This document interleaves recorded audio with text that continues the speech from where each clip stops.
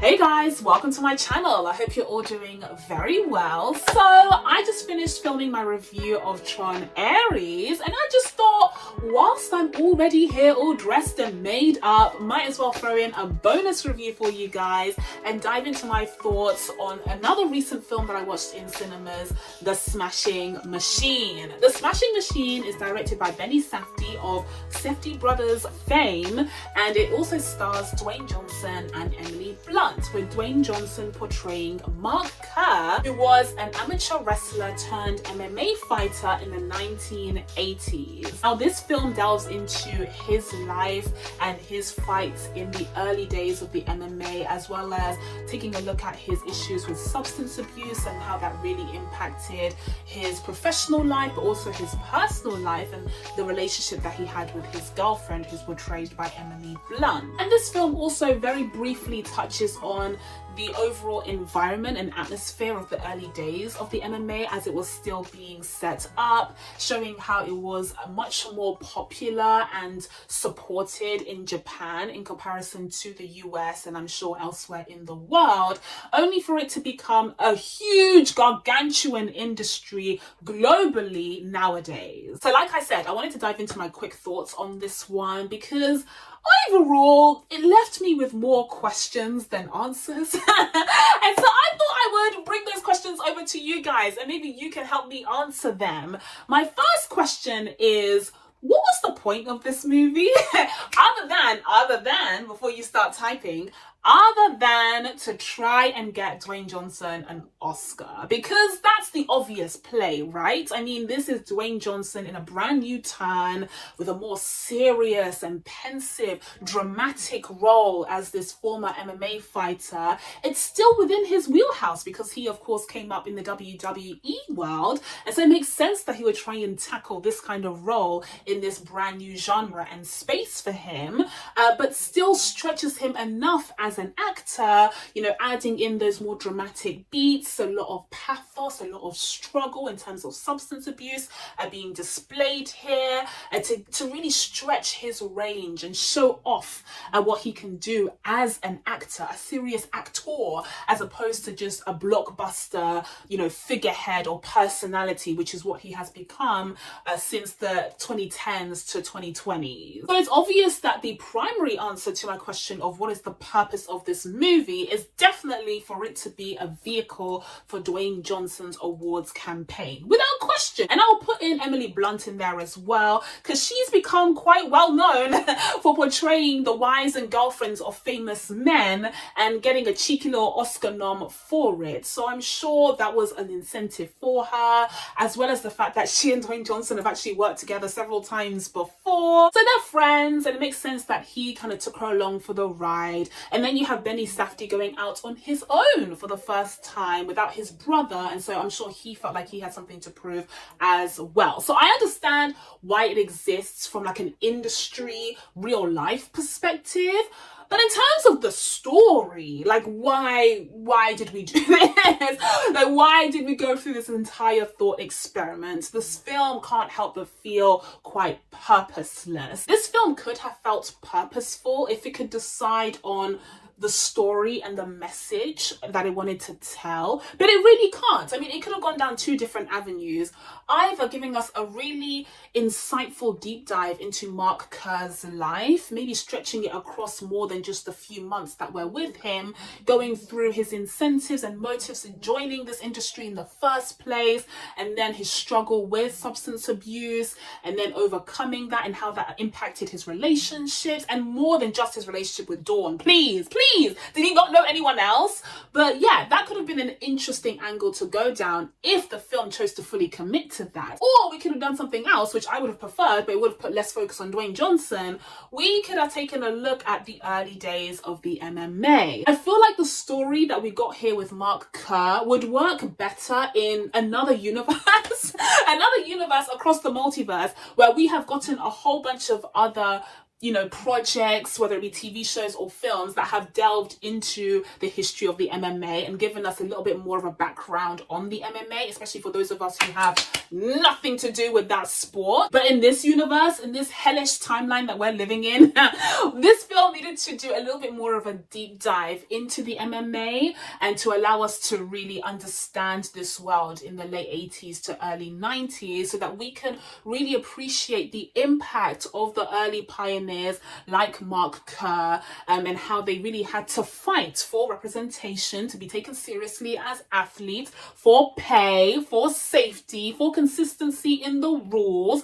All of that stuff was really intriguing from a wider industry perspective, but because we have this Mark Kerr story kind of, acting as blinders for this film, we can't really delve into that interesting part. And so ultimately you end up with a film that has two different facets, one which I was far more interested in than the other, but the other facet, the Mark Kerr facet, acted as a sort of vanity project for Dwayne Johnson, and so that's the one that we got more of, and it left me quite dissatisfied, and again asking the question of, what is the purpose of this film? Now, the second question that I had for this film is closely tied to the first, but it's kind of like a 1B situation, a sub-question, if you will. And that is, what is the overall message of this movie? Because, if we put to the side the fact that this film could have gone in two ways, it decided to go down the Mark Kerr way to give Dwayne Johnson more screen time, I guess.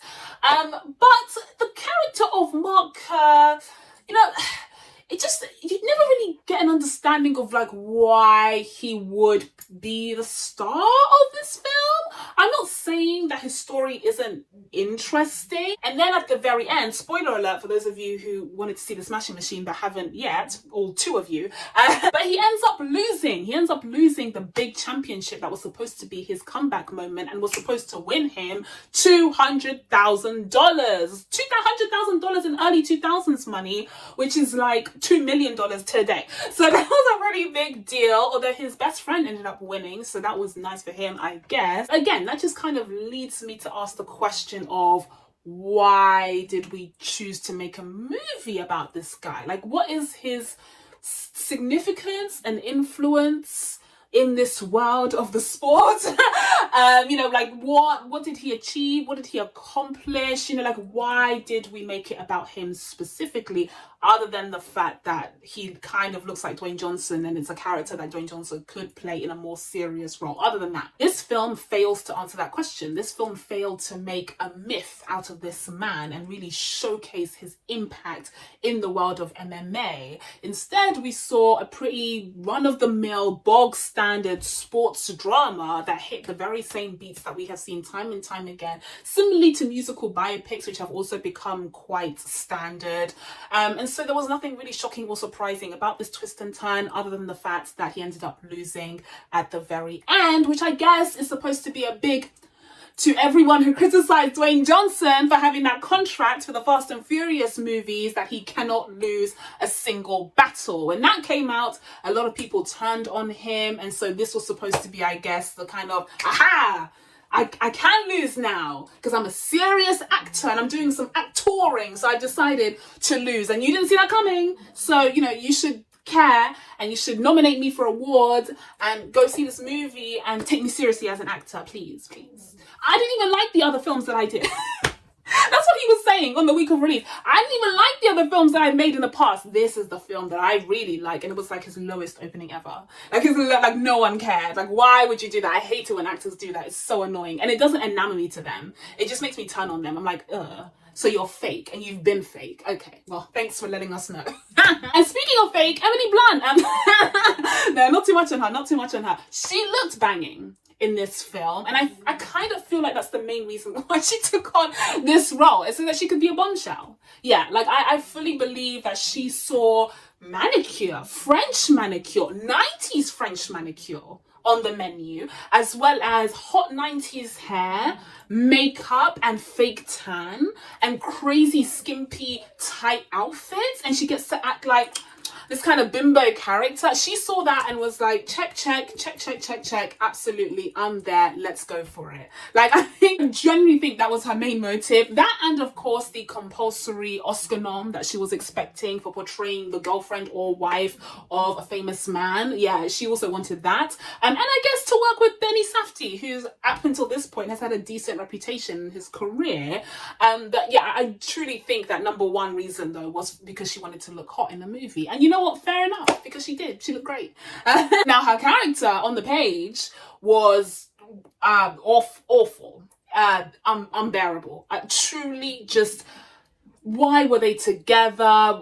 Is this factually accurate? That's another question that I have. Is this historically accurate? I hope not, especially when it comes to the relationship with Dawn, because it was a mess. It was a mess. And the film couldn't make up its mind about like who this character was, what purpose did she serve in his life, was she a hindrance, was she a support system? She just looked manic and chaotic and crazy, and I hated that. I hated that for everyone involved, especially Emily Blunt, and especially for just like female representation in the sports genre. It reminded me, of course, and I'm not the first one to say this, it reminded me of the SNL sketch with Heidi, who portrayed the girlfriend to a boxer in a sports drama, and this film literally hit all of those beats and then some. It added a couple of crazy beats of its own, but it was literally just that. Just watch the SNL sketch. If you haven't seen this film, the SNL sketch will tell you everything you need to know about Emily Blunt's character in this movie. Oh boy, at least she looked good. I will say though, if there was one character that I came out of this film really liking, it was definitely Mark Coleman, who is Mark Kerr's close friend, and he is also a fighter, and he was portrayed by Ryan Bader, who I think is a real life MMA fighter. I mean, you can see those cauliflower ears coming from a mile away, but he was really good. Like, he was really good. If this was going to be a serious Oscar play, which it isn't, because hello, it flopped on many fronts, but if it was going to be a serious Oscar play, I wouldn't be surprised if I saw him listed as like a best supporting actor nominee, because he was like really good in the role. And actually for most of the film I couldn't help but think, like, why can't I see more of his story? Why can't this film be more about him? Because he was a more interesting character to me. Aside from the substance abuse, you have that kind of financial angle where he has a family to support, whereas Mark Kerr was kind of living it up with his wild, crazy girlfriend. But he was equally wild and equally crazy. And so I wasn't interested in that. I wanted to see more from Mark Coleman. And if this was an exploration of the sport in its early days overall, then maybe we could have done that. But no, instead this film is just a vanity project for Dwayne Johnson to hopefully be taken seriously as an actor and get a cheeky little Oscar nom, please, please. Well, he's not getting it. And this film flopped in the box office as well. And this video will probably flop because no one's seen the film. I just needed to vent to you guys. So yeah, that's pretty much it. That's all I had to say about The Smashing Machine. Let's wrap this up, shall we? So with all of that being said, I'm going to be giving The Smashing Machine a 6 out of 10. So that's it from me, guys. Now that I told you guys my thoughts on The Smashing Machine, it's time for you guys to let me know what you thought of this movie. Let's face it, you haven't seen it. If you have though, down in the comments below, please be sure to subscribe to catch new videos coming up. Thank you guys so much for watching. I really appreciate it, and I will see you in the next one. Bye.